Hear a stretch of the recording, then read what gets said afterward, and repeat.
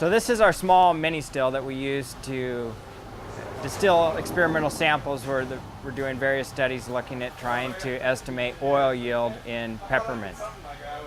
This still was purchased in the early 2000s and is really the key for us to be able to do quality research with peppermint, because our ultimate goal is to determine how different treatments influence oil quality, and oil quality isn't always directly related to plant biomass or how the plant looks in the field.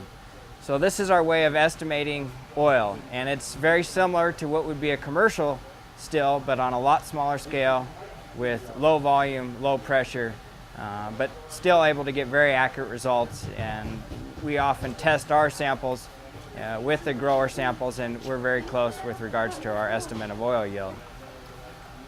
The way this still basically works is we'll chop the oil very similar to a forage chopper and then pack it into these tubs.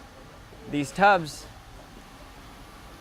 then have steam that's forced through the stub, which then takes both water and oil vapor up through this tube, which then runs through a condenser, where then the water and oil is cooled into a liquid form. After it flows through the condenser, it flows into the teepee, and the teepee's major purpose is to separate the oil from the water.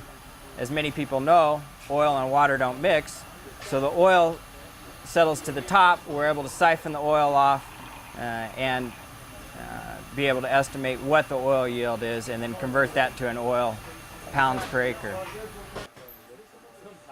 So after the pot's cooked for typically 30 minutes, we've extracted all the oil that we can extract from the sample. The sample's then taken from the tub and discarded.